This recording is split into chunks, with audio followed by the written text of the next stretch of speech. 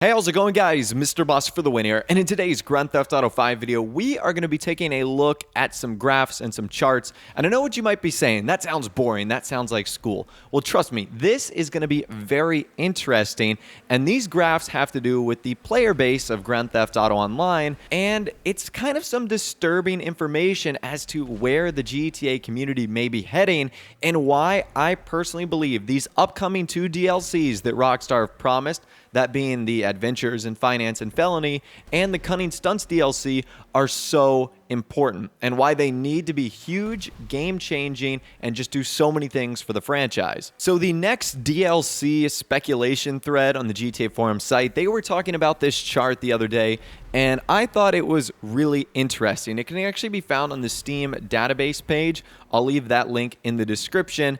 And basically what this is a chart of the amount of players for Grand Theft Auto 5 over the past year. So I'll actually have it on the screen right now, and you can see it really does look a lot like that initial first roller coaster drop. You can clearly see when Grand Theft Auto 5 first came out on that Tuesday, April 14th, 2015. Around then, it was about 300,000. And by the weekend time, that first weekend after the game came out, you saw its very first and biggest spike, the all-time peak at 364,000 people playing at once. That is a lot of people playing the game. And that was just at one particular instance. That's when it reached its peak. Probably throughout the day, there were multiple millions of people that logged on to Grand Theft Auto 5 and logged on to Grand Theft Auto Online as well. And then obviously you see the trend downward. Now, this isn't knocking Grand Theft Auto 5. That's the trend with every video game. You're never going to see really duplicating that initial spike. Never in really any industry does something like that ever happen. And that's totally fair, because I've stated that Grand Theft Auto 5 is one of those games that whether you're a hardcore fan or a casual gamer that doesn't play a lot of video games, you're going to get Grand Theft Auto. Even though you might be a big sports gamer, or you might be a big action adventure gamer, you're gonna get Grand Theft Auto every time it comes out. I see so many of my friends who rarely play video games, they always get Grand Theft Auto. It's just kind of the way it is. I kind of equate it to the Star Wars movies.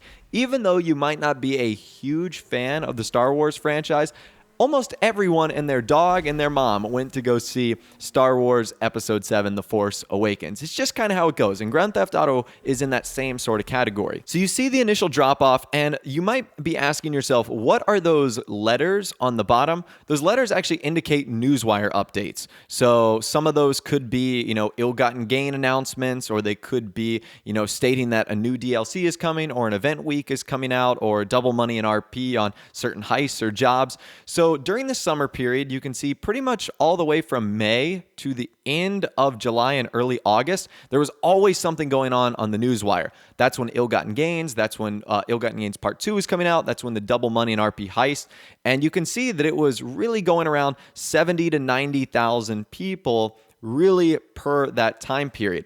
And then we kind of see our first initial drop-off in September and August of 2015, although that is to be expected, because that's when a lot of kids go back to school. That's when a lot of people maybe get back to work and have a lot of work to do. We then see that period right after October, and that was when Lowriders was released. Lowriders brought a lot of people back into the game, seeing a spike that we hadn't seen in nearly a half a year, which was pretty cool. And then you can also see the December spike, which I think was encouraged by three things. One, the fact that most people were probably off of work and off of school. Two, you had Executives and Other Criminals, which in my opinion was probably the best DLC that Rockstar have ever added into Grand Theft Auto Online. You had the Christmas update as well. And like I said, a combination of all those things, the colder weather, people staying inside, nearly got you up to 100,000 people playing again. But ever since that update, it seems as if the player base has been on a decline. Now, it's obviously not a steep decline, but you definitely can see within the last, I guess, few weeks, maybe month or so, that it's reached literally an all-time low. And I'll kind of zoom in a little bit more for you guys so we can see the player base within the last 6 months. You can see during that January period, it really does reach its high. And then really ever since then, you can just see gradual spikes on the weekends. But other than that, it's been dropping and it's been declining. Now, as I mentioned earlier, a lot of people are having this discussion on the GTA forum site. And some people are saying like, oh, this is bad. This means Grand Theft Auto 5 is so bad. I think this is completely normal. And it doesn't indicate that GTA 5 or Grand Theft Auto Online is dead. A lot of people say that, but every week it's in the top 10 video games sold in the US and in the UK. So it's kind of hard to go against those facts right there. But what I do think needs to happen is these next two DLCs need to be something that brings the player base back for an extended period of time, like executives and other criminals did for that like 2-month period where it was a real spike and a real increase in the player base. And obviously the graphs that we're looking at today only really tell us the Steam people that are playing.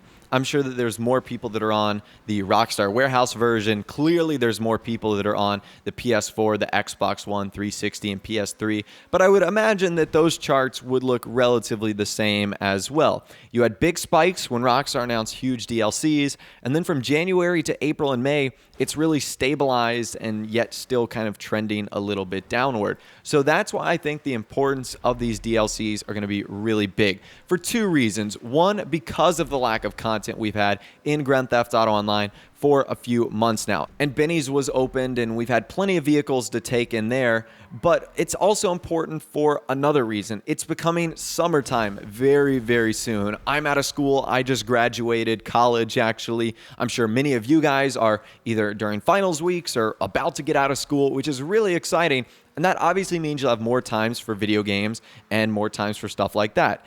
And Rockstar have had a trend of releasing some pretty cool updates during the summer months. They did that in 2014, they did that in 2015, and if history will repeat itself, we're likely going to see some pretty awesome updates in 2016. Hopefully that will reverse this graph a little bit and will get us really excited to play Grand Theft Auto Online again. So am I saying Grand Theft Auto Online is dead? No, absolutely not. The numbers say that, and the fact that it's one of the top 10 selling games every week in the US and the UK really does say that as well. But I'd love to hear from you guys in the comments section down below. Let me know what you think about everything we talked about today. If you did go on to enjoy the video, a like rating would of course be awesome. And also subscribe to my YouTube channel if you are new or you like daily GTA 5 videos like this. Without the way, guys, like I said, thanks for watching. Take care, and I'll see you guys in the next video.